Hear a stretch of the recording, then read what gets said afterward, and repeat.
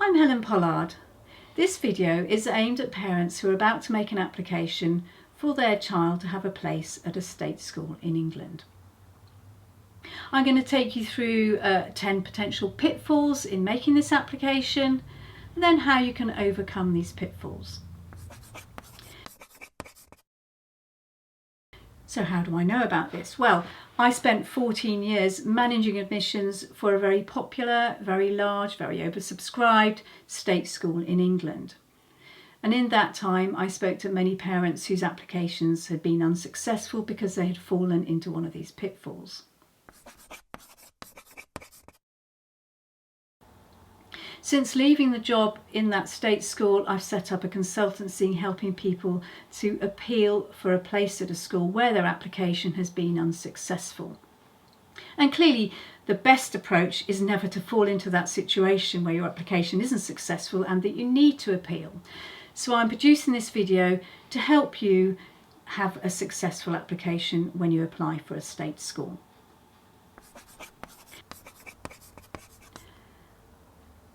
Before I talk about the pitfalls, I want to take you through what I mean by some of the jargon. There's a lot of jargon in admissions criteria being one of them. And by that, I mean the criteria by which children are allocated places in schools. So a criteria might be on religious grounds. It might be a selective school, so you have to pass an entrance test. It could just simply be the distance you live from the school. All these things are admissions criteria, and there are others. Other schools have various criteria. So just so you understand, that's what I mean when I talk about criteria. The first pitfall that parents might fall into is to miss the application deadline. Sounds obvious, but you'd be surprised how many people do miss the deadline. So find out when the deadline for applications is and make sure you apply before it. If you're applying for a Year 7 place in September, the deadline will be the 31st of October the previous year.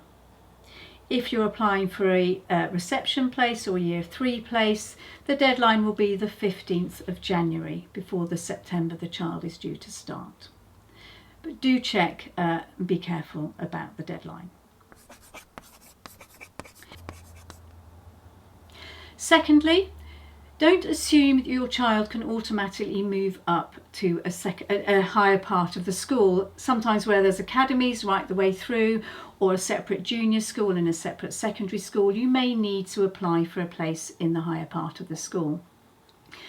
Just because you've taken your younger child along with your older child to drop your older child off to school every morning doesn't mean the school knows that you have a younger child. So don't assume that. You'd be surprised how many parents do assume that.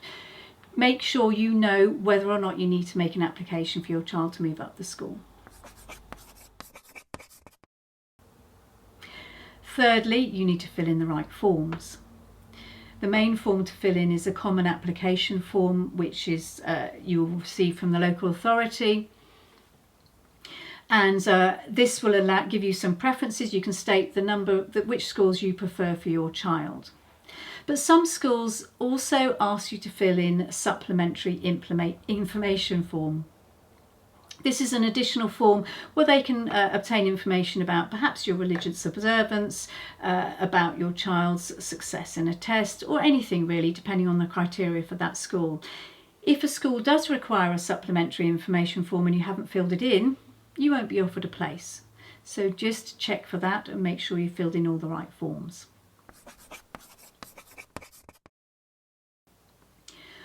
Fourthly, don't assume you can't apply for a school because it's not in your local authority area. You can actually apply to any school anywhere you like. So don't be constrained by your county boundaries, your borough boundaries. Apply for any school you want, doesn't matter where it is. Fifthly, use all the options on your common application form. Your local authority will give you an option to say your top 3 schools. It could be your top 4 schools, your top 5 or top 6 schools. Use as many options as you're offered. because there you've got a much better chance of getting one of the schools that you want. If you don't use all the options, there's a much better chance you'll be offered a school that isn't on your list and that you didn't want at all.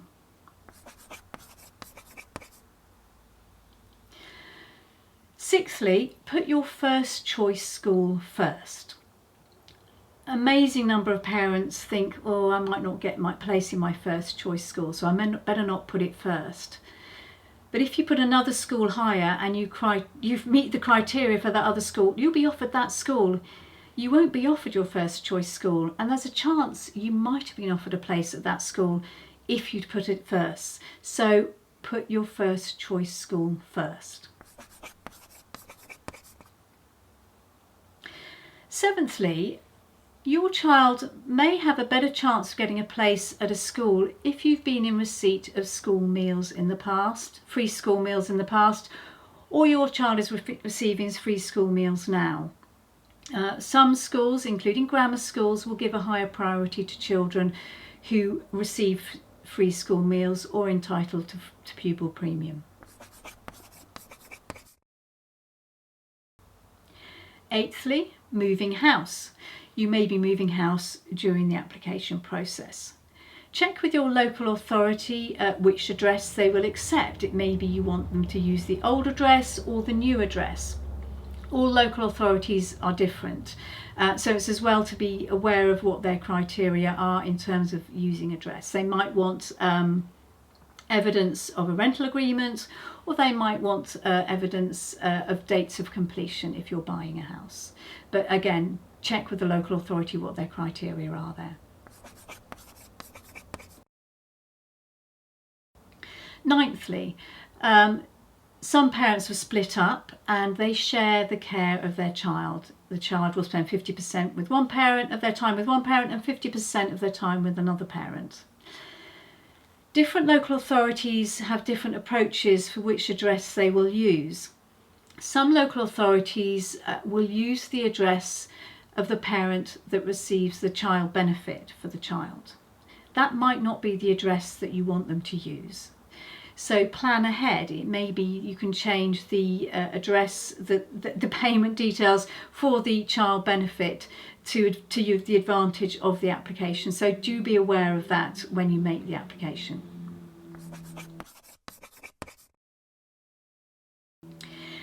And the 10th thing to remember, I'm going back to the beginning again here, but do read the admissions criteria for the school or schools that you want, because there may be something in there that would give your child higher priority. So the better you know the admissions criteria, the greater your child's chances of getting a place in the school that they want.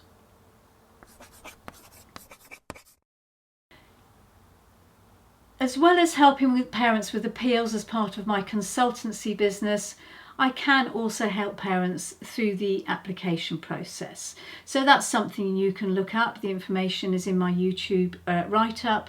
So do get in touch if that's something I can help with.